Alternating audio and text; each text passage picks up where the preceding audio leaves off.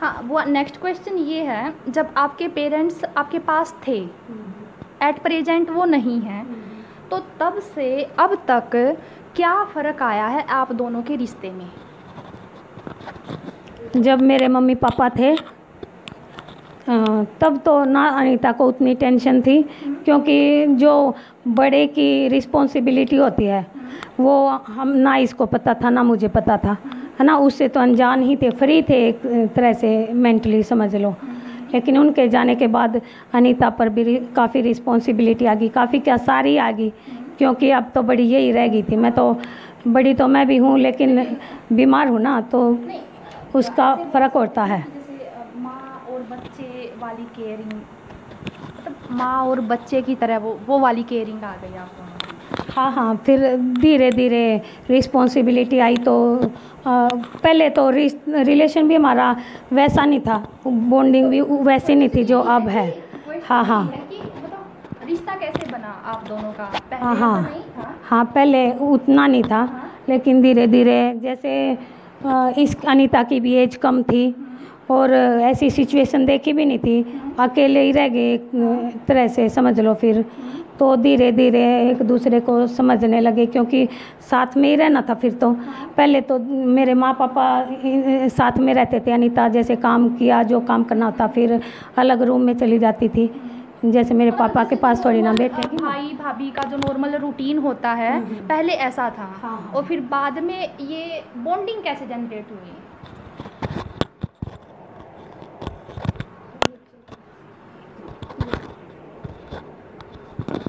तो बाद में एक तो मैच्योरिटी आती गई, ऊपर से रिस्पॉन्सिबिलिटी आ गई, सारे काम। फिर मुझे भी ज़्यादा प्रॉब्लम होने लगी, मेरी बीमारी भी ज़्यादा बढ़ने लगी, मैं अनीता पर और भी ज़्यादा डिपेंड होने लगी। जैसे तो फिर बढ़ रही है, हाँ हाँ हाँ वैसे इंक्रीज हो रहा है। हाँ हाँ, बीमारी बढ़ रही है। तो इसमें एज का नहीं है, एज का कोई चक्कर नहीं है इसमें। फैक्टर लगा सकते हैं ना, क्योंकि पहले आप बोल रहे हो कि पहले इतनी नहीं थी और अब धीरे धीरे करके ये आपकी पूरी बॉडी पे हैवी हो रही है, तो मे बी इस वजह से बोला मैंने। इसमें वही बताना चाहूँगी मैं, एज का नहीं, वो सारा मेरे ट्रीटमेंट का है। जो भी मैंने उल्टी सीधी दवाइयाँ खाई गई ना देसी के चक्कर में, उनका इफ़ेक्ट है ये। मतलब आप फिर लोगों को क्या मैसेज देना चाहोगे कि भाई अगर इलाज करवाएं तो क्या एक ही उससे करवाएं, या फिर ऐसे ही कि भाई किसी ने बता दिया अब उधर चले जाओ, नहीं उसने बता दिया तो उसको छोड़ के उधर, मतलब क्या संदेश देना चाहोगे? मैं जिनको ये प्रॉब्लम है उनको यही बोलना चाहूँगी, देसी वेसी के चक्कर में ना रहे, ना झाड़ फूंक के चक्कर में रहे। मैंने ये स्टार्टिंग में सारे काम करके देखे हैं, इनकी वजह से ही आज मेरी ये कंडीशन है। अगर मेडिकल से हॉस्पिटल से ट्रीटमेंट लेती मैं तो शायद मेरी कंडीशन काफ़ी ठीक होती, मतलब कंट्रोल में रहती मेरी बीमारी। हाँ हाँ हाँ, ये देसी के चक्कर में, झाड़ फूक इनके चक्कर में ही आज मेरी ये कंडीशन है। एक और क्वेश्चन है वो आपसे कि एक हेल्दी इंसान है, ठीक है, जैसे मैं ही हूँ और आंटी है, कोई भी है, एक हेल्दी इंसान है, मतलब 24 घंटे में एक थॉट तो आ ही जाता है कि भाई मैं बेफिजूल हूँ, मेरी ज़िंदगी तो किसी काम की नहीं है, मतलब ऐसा थॉट आता है। तो आपके माइंड में भी मतलब कि नहीं, जैसे आप इस बारे में क्या सोचते हो कि भाई जब एक हेल्दी इंसान ऐसा सोच रहा है, क्यों सोच रहा है, जबकि वो तो बॉडी से ठीक है और आप इतनी पॉजिटिविटी दिखा रहे हो, तो मतलब आप इस बारे में क्या सोचते हो? मतलब वो एक अनयूजुअल थॉट है या ऐसा सोचना नहीं चाहिए, मतलब वो किस चीज़ का डिफरेंस है? देखो, जब मैं ठीक थी मैंने तो ऐसा कभी नहीं सोचा था, और एक्टिव भी बहुत ज़्यादा थी मैं, लेजी तो बिल्कुल भी नहीं थी। ऐसे स्टाइल की का लगा लो या फिर काम का लगा लो, हर चीज़ में मैं एक्टिव थी। और पता नहीं क्यों सोचते हैं, जैसे मैं कभी कभी अनीता थोड़ी लेजी लगती है ना, मैं बोलूँ तू ठीक ठाक हो कैसे कैसे इतने, हाँ इतनी लेजी कैसे है। हाँ, और किसी को भी देखती हूँ तो मैं बोलूँ अरे फटाफट कर लो ना ये काम है, मैं तो ठीक होती तो तुम्हारे भी काम कर देती तो आता मेरे दिमाग में एक बार भी नहीं आती, ये उल्टा यही आता क्यों ऐसे लेजीनेस दिखा रहे हैं, ये क्यों आलसीपन दिखा रहे हैं। नेक्स्ट क्वेश्चन भी ऐसा ही है। कोई एक ऐसा पल भी आता है आप लोगों के बीच में कि जब मतलब ये हो जाता है कि नहीं यार गलती इसकी है, गलती उसकी, मतलब सॉरी कौन बोलता है सबसे पहले, या ये कौन बोलता है यार छोड़ ना वो बात पुरानी हो गई, हमको तो साथ ही रहना, मूव ऑन करते हैं, मतलब कौन बोलता है? देखो पहले थोड़ी सी ज़्यादा अनबन हो जाती थी हमारी, मतलब ज़्यादा बार, तो धीरे धीरे हमें समझ में आने लगा कि एक दूसरे के साथ ही रहना है, खुश होके रहेंगे, मिलजुल के रहेंगे तो अच्छा है, दोनों की लाइफ ईजी रहेगी। सॉरी कौन बोलता है सबसे पहले, बुआ आप बोलते हैं या आंटी बोलती है? देखो अब सॉरी बोलने की ज़रूरत नहीं पड़ती, पता है कभी वैसे ज़्यादा अनबन होती नहीं हमारी, कभी कभार हर रिलेशन में हो जाती है, वो तो नेचुरल है, कभी कभी होती है ना, तो 1 मिनट के दोनों चुप हो जाएंगे, कोई बात होएगी ना तो 1 मिनट के लिए दोनों चुप, और 1 मिनट के बाद ऐसे बिहेव करेंगे जैसे कुछ हुआ ही नहीं। सुनने में अजीब लगेगा लेकिन ये सच है।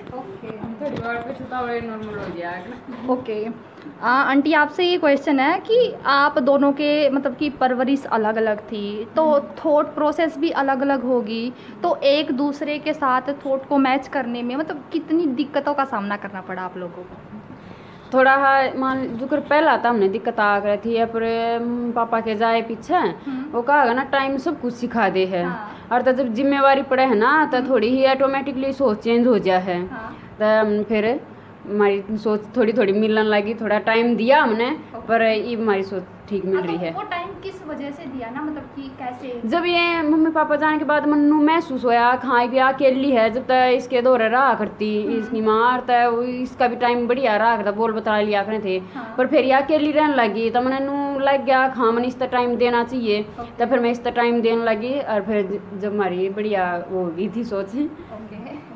देखो सोच तो अभी भी अलग अलग है, सोच तो सबकी अलग अलग होती है, सोच कभी मैच नहीं करती, लेकिन अब हमारे दोनों के बीच में अंडरस्टैंडिंग काफ़ी अच्छी हो गई है, और बॉन्डिंग वो तो ज़बरदस्त है, वो आप हमेशा देखते ही हो, इतने सालों से देखते ही आ रहे हो, तो इसमें कोई फॉर्मेलिटी नहीं है बिल्कुल भी।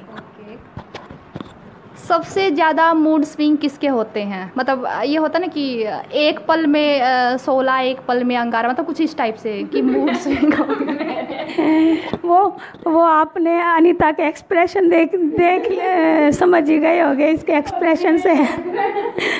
ये मैं कई बार तो मुझे है ना इसके एक्सप्रेशन चेंज होते हैं ना, मूड स्विंग होता, हंसी आती है।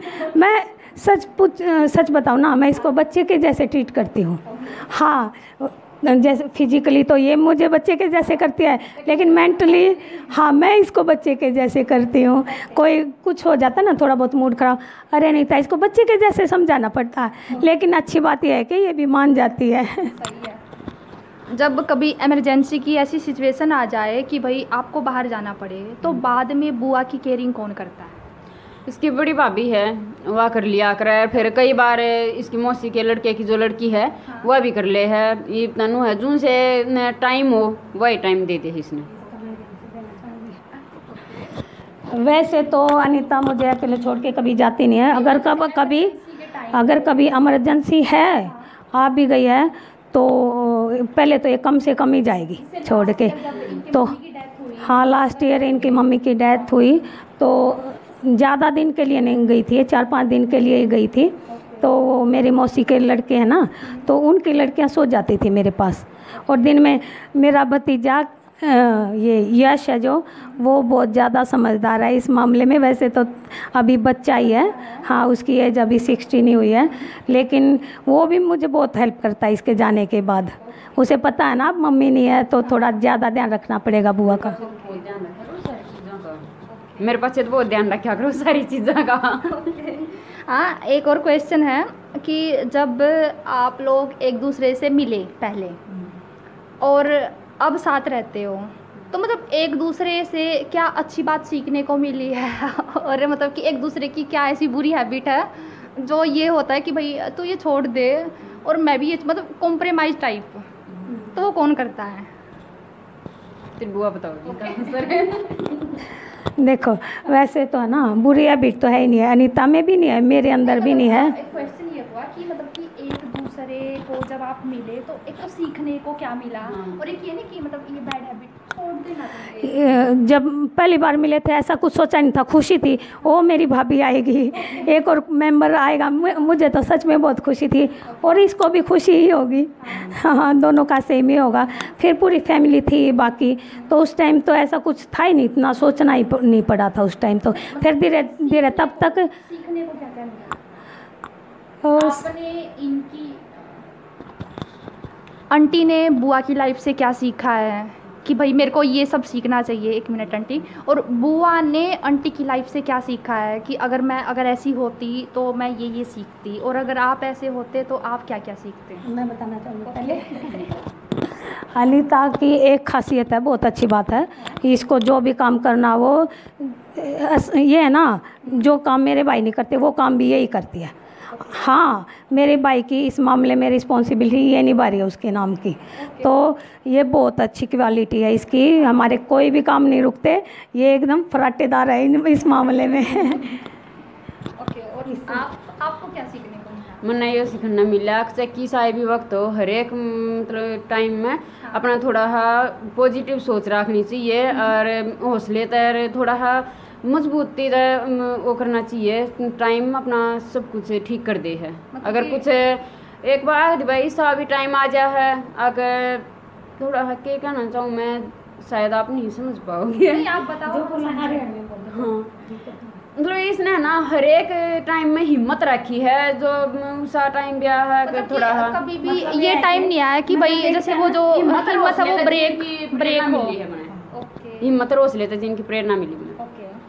लास्ट क्वेश्चन है, सोशल मीडिया के थ्रू अपने थॉट और थिंकिंग शेयर करके आप लोगों को कैसा लग रहा है?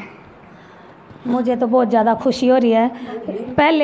पहले मैं थोड़ी सी इस मामले में झिझक होती थी। हाँ, लोगों से मिलने जुलने में, मतलब घर पे जो आ जाता था ना उससे बात करने में कोई प्रॉब्लम नहीं होती थी, लेकिन बाहर निकलने में ये होता था, दिमाग में ये रहता था कि मैं बीमार हूँ, पता नहीं लोगों का क्या रिएक्शन होगा। तो एक बार मेरी बहन है जो सुमन, उसकी लड़की है ईशा, तो उसने बोला मौसी जी आप लोगों के साथ सोशलाइज किया करो, फिर आपकी जो ये झिझक है ना ये दूर हो जाएगी। और फिर धीरे धीरे मैंने सच में ही उसकी बात को सीरियसली ले लिया और मैं बाहर जाने लगी। और अब तो सच बताऊं तो इतनी ज़्यादा कॉन्फिडेंट हूँ मैं, मुझे तो थोड़ा सा भी ये फील ही नहीं होता कि मैं बीमार हूँ। उनसे अलग बिल्कुल भी नहीं लगता है, और ना ये परवाह होती है कि लोग मेरे बारे में क्या सोचेंगे। ये थिंकिंग काफ़ी अच्छी, और वह यही पॉजिटिवनेस रखो। आंटी आप बताओ, आपको सोशल मीडिया के साथ जुड़ के अपने थॉट और थिंकिंग शेयर करके कैसा लगा? मन बहुत बढ़िया लगा है, क्योंकि पहला आता है ना थोड़ा उदास सा भी मन रहा कर था। अपनी हमारी इतनी बिजी लाइफ हो रही है, मैं बहुत खुश हूँ। अगर वे जो गलत विचार थे, उदासी थी, वह मेरे दौरे तक चली गई। ओके, हो गए कंप्लीट।